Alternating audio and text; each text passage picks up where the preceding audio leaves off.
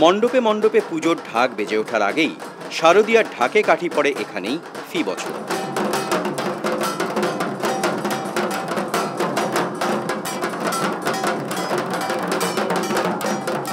শিয়ালদা স্টেশনের ঠিক বাইরে এই বিশাল চত্বর জুড়ে শুধুই ঢাক আর ঢাক।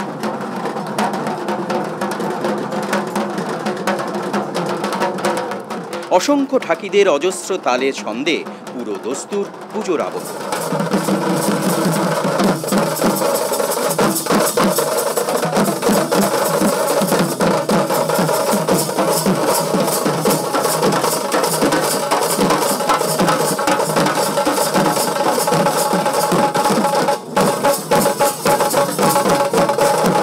পরিবারের সদস্যদের নিয়ে পুজো শুরুর দিন তিনেক আগে থেকেই আসা শুরু হয় এদের।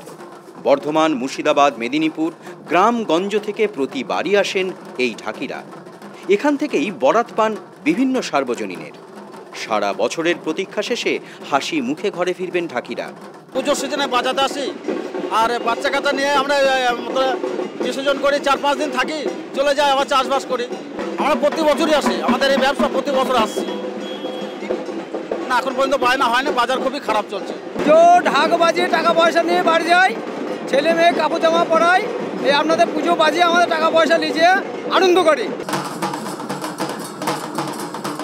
বরাত মিললে পুজো শেষে পুজোর আনন্দ নিয়ে ঘরে ফেরেন এরা। না মিললে এদের পরিবারে পৌঁছয় না পুজোর আলো। তবে বরাত মিলুক না মিলুক, মনের আনন্দে বেজে চলেছে পুজোর ঢাক। বলছে পুজো এলো বঙ্গে।